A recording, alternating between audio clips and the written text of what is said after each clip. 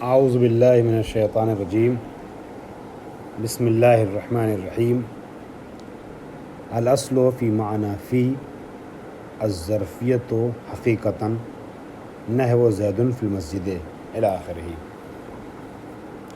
میرے محترم مخاطبین، طلاب و طالبات، میں آپ سب کی خدمت میں سلام عرض کرتا ہوں اور آپ کی صحت اور کامیابی کے لیے دست بدعا ہوں بارگاہ رب العزت میں۔ ہماری گفتگو حروف جر کے سلسلے میں چل رہی ہے اور ہم نے من کا اور الا کا معنی اس کے پہلے پڑھا۔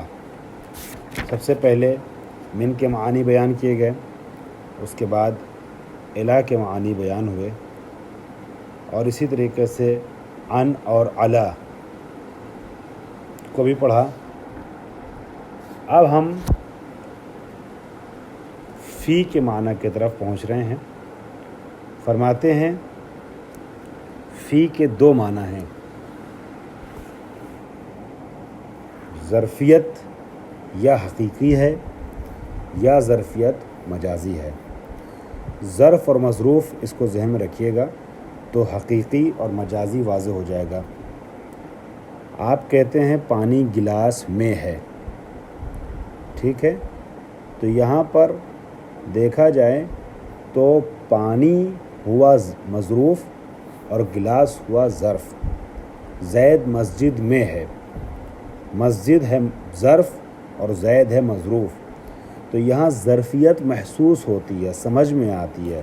اردو میں ہم ترجمہ میں کا کرتے ہیں، اندر کا کرتے ہیں، ٹھیک ہے، اور کبھی یہ ظرفیت محسوس نہیں ہوتی ہے، لیکن فی کا استعمال کر کے ہم جملہ بولتے ہیں اور اردو میں اس کا ترجمہ میں کے ہی ذریعے کرتے ہیں۔ دونوں مثالیں آپ دیکھیں، بات واضح ہو جائے گی۔ فرماتے ہیں کہ الاصل فی معنی فی الظرفیت، فی کے معنی میں اصل ظرفیت ہے، یعنی فی کے اور بھی معانی ہیں جو غیر اصلی معانی ہیں، غیر حقیقی معانی ہیں، لیکن فی کا جو اصلی معنی ہے وہ ظرفیت ہے۔ اب یہ ظرفیت یا حقیقی ہوگی یا مجازی ہوگی۔ حقیقی جیسے زید فی المسجد، زید مسجد میں ہے، یہ مسجد کے اندر ہے، ٹھیک ہے، زید مسجد میں ہے۔ یہاں ظرفیت میں کا یا اندر کا معنی نکلتا ہے اردو میں، تو اسے ظرفیت کہتے ہیں۔ یہ تو آسان تھا۔ دوسری مثال دیکھیے گا مجازی کی، اس پہ تھوڑا توجہ کرنا ہوگا۔ وَمَجَازًا، یا یہ فی ظرفیت کا معنی دیتا ہے مگر ظرفیت مجازی کا معنی دیتا ہے۔ حقیقت میں ظرف و مظروف وہاں پر مشاہدہ نہیں کیے جا سکتے، لیکن مجازی طور پر ظرفیت وہاں پر سمجھ میں آتی ہے۔ مثال فَلَكُمْ فِي الْقِصَاصِ حَيَاتٌ، پس تمہارے لیے قصاص میں زندگی ہے۔ قصاص جانتے ہیں آپ لوگ، یعنی جب کوئی جرم کرتا ہے تو اس کے بدلے میں جو اس کو سزا دی جاتی ہے یا جرمانہ اس کے اوپر عائد کیا جاتا ہے تو اس کو قصاص کہتے ہیں، ٹھیک ہے، قتل کا بدلہ قتل ہے، یہ ہے قصاص۔ فرمایا جا رہا ہے کہ فَلَكُمْ فِي الْقِصَاصِ حَيَاتٌ، تمہارے لیے قصاص میں زندگی ہے، حیات ہے۔ اب قصاص میں جو چیز ہے وہ حیات ہے، تو کیا جیسے زید تھا مسجد میں، پانی تھا گلاس میں، اسی طریقے سے حیات قصاص کے اندر ہے؟ نہیں، چونکہ حیات کا ظرف حقیقی قصاص نہیں ہے، اور یہ قصاص بھی معنوی چیز ہے اور حیات بھی معنوی چیز ہے، محسوس اور مشاہدے کے قابل چیز نہیں ہے، لہٰذا ظرفیت حقیقی محقق نہیں ہو رہی ہے۔ اس لیے یہاں پہ کہا جاتا ہے کہ ظرفیت ہے تو فی کے ذریعے سے ظرفیت سمجھ میں تو آ رہی ہے، مگر یہ ظرفیت کیا ہے؟ ظرفیت مجازی ہے۔ وَتَأْتِي أَيْضًا، اسی طریقے سے کچھ اور بھی معانی ہیں فی کے، جیسے مصاحبت، یعنی وہی مع کا معنی جو اس کے پہلے گزر چکا ہے، تاتی بمعنی مصاحبت، کبھی یہ فی مصاحبت کے معنی میں آتا ہے، جیسے جال امیرو فی موکب ہی، موکب آپ کاروان کے معنی میں لے سکتے ہیں، بادشاہ آیا موکب یعنی کاروان کے ساتھ، اے مع موکب ہی، فی کی جگہ مع رکھ دی، معنی صحیح ہو جائے گا اور سمجھ میں آ جائے گا کہ یہ فی مصاحبت کے معنی میں ہے، ٹھیک۔ یا قرآن مجید میں سورہ قصص میں قارون کی داستان کو جب آپ پڑھیں گے تو وہاں ملے گا فخرج علی قومہ فی زینتہ، اے مع زینتہ، وہ اپنی قوم کے سامنے یا قوم پر وارد ہوا اپنی پوری شان و شوکت کے ساتھ، مع زینتہ، لیکن قرآن نے فی زینتہ ہی کہا ہے۔ اس کے بعد آئیے، یہ فی جو ہے وہ تعلیل کے معنی میں بھی آتا ہے، علت کو سمجھاتا ہے، وجہ کو، سبب کو، کہ جو پہلے فی کے پہلے جو عمل انجام پا رہا ہے وہ فی کے بعد آنے والے شے، فی کے بعد واقع ہونے والی شے کی بنیاد پر ہے، ٹھیک ہے۔ مثال دیکھیے گا، اتعادینی فی ذنبن، یہاں پہ معیار آپ کو بتا دوں، لام کو رکھ دیجیے گا فی کی جگہ تو علت کا معنی سمجھ میں آ جائے گا، اتعادینی لذنبن، کیا تم پلٹ کے آؤ گے میرے پاس اس گناہ کی وجہ سے، اس غلطی کی وجہ سے جو ہم سے سرزد ہوئی۔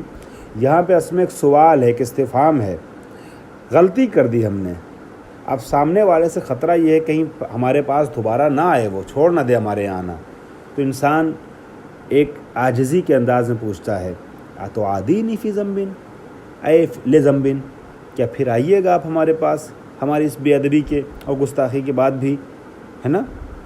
اب یہ سامنے والا جواب دے گا کہ آئیں گے کہ نہیں آئیں گے، لیکن بہرحال یہاں پر جو ہے وہ سوال کیا جا رہا ہے اور بعد میں علت ہے پہلے والے عمل کے لیے، ہے نا، تعلیل کو سمجھا رہا ہے، لے ذنبن یعنی علت ذنبن، لسبب ذنبن، کیا تم آؤ گے اس ذنب کی وجہ سے، اس گناہ کی وجہ سے، تو لام کو کی جگہ پر یہاں فی استعمال ہوا ہے، لام تعلیل کا معنی دے رہا ہے، اتعادینی فی ذنبین، ٹھیک ہے۔ اس کے بعد مقایسے اور مقابلے کے معنی میں ما قبل اور ما بعد کا مقایسہ ہوتا ہے، اور فی کے بعد جو ہوتا ہے اس سے مقابلہ اور موازنہ کیا جاتا ہے ما قبل کا، اس طریقے سے کہ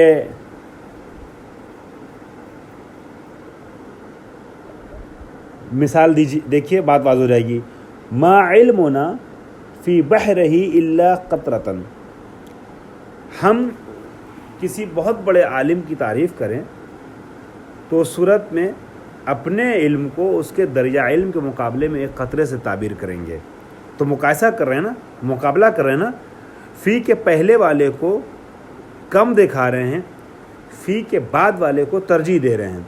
اس جملے کو میرے آپ لوگ لکھ لیجئے گا تو آپ کے کام آئے گا کہ فی کے اوپر، فی بحرہ کے اوپر نمبر ڈالیے، نمبر 1، اور اوپر لکھیے سائڈ میں کتاب کے، فی یہاں مجرور کی ما قبل فی پر، فی یہاں مجرور کی ما قبل فی پر برتری کو سمجھانے کے لیے آتا ہے۔ جیسے سورہ توبہ کی ایک مثال آپ لے سکتے ہیں، قرآن مجید میں یہ اور بھی مثالیں موجود ہیں، فمتاع الحیات الدنیا فی الآخرہ، قرآن میں اس طریقے سے استعمالات ہوا ہے، فی کا استعمالات ہوئے ہیں، فمتاع الحیات الدنیا فی الآخرہ، کہ دنیا کی زندگی جو ہے کیا آخرت کی زندگی برابر میں ہے، یعنی دنیا کی زندگی کیا وقت ہے، کیا حیثیت ہے آخرت کی عظیم زندگی کے مقابلے میں اگر دیکھا جائے تو وہی چیز یہاں پہ ہے اس مثال میں، ما علمنا فی بحرہ الا قطرۃ، ہمارا علم کچھ بھی نہیں ہے اس کے دریائے علم کے مقابلے میں سوائے قطرے کے، یعنی ہمارا علم ایک قطرہ ہے، اس کا علم جو ہے وہ دریا ہے۔ اب ان معانی کے بعد یا ان حروف کے معانی کو بیان کرنے کے بعد ایک بہت اہم بحث میں ہم وارد ہو رہے ہیں، حرف جر ہی ہے اور حرف جر ہی کا معنی بیان کرنا ہے، لیکن یہ حرف جر وہ ہے کہ جس کی کتابوں میں بڑی تفصیل سے بحث ہوئی ہے اور یہاں نسبتاً انہوں نے تفصیل سے بیان کیا ہے، لیکن ابھی بھی بہت سی چیزیں ایسی ہیں کہ جس کا مزید مطالعہ آپ کو بڑی کتابوں میں کرنا ہوگا۔ ہم اس حرف کی بحث کو چھیڑ رہے ہیں اور اگلے درس میں انشاءاللہ اس کو مکمل کریں گے، اس کی بحث کو۔ وہ حرف کیا ہے؟ ربا۔ ربا کا دو معنی ہے، ایک معنی تغلیبی یا غالبی ہے اور ایک معنی غیر غالب ہے۔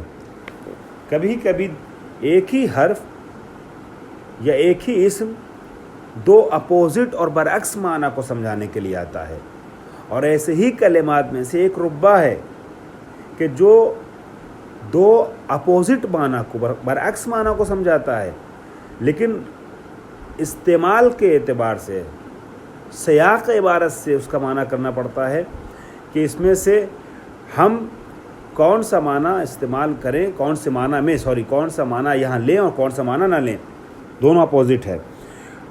اب غالبی معنی اس کا تقلیل کا ہے، اور تقلیل کے مقابلے میں آتا ہے تکثیر۔ اب آپ دیکھیے، کم کو بھی ربا ہی سے سمجھا جاتا ہے، زیادہ کو بھی ربا ہی سے سمجھایا جاتا ہے۔ عجیب بات ہے نا؟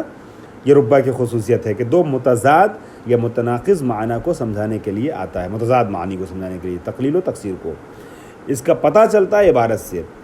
تقلیل کے لیے زیادہ استعمال ہوتا ہے، معنی غالبی ربا تقلیل ہے، اور معنی غیر غالبی جو ہے وہ تکثیر ہے۔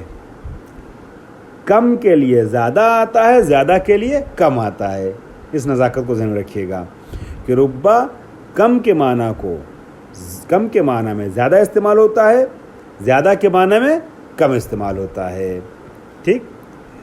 ربا معناها التقلیل، ربا کا معنی کیا ہے؟ تقلیل ہے۔ وشرطها ان تکون فی صدر الکلام، اس کی دو تین شرطیں ہیں۔ پہلی شرط یہ ہے کہ ربا جب بھی استعمال ہوتا ہے صدر کلام میں آتا ہے، ابتدائی کلام میں آتا ہے۔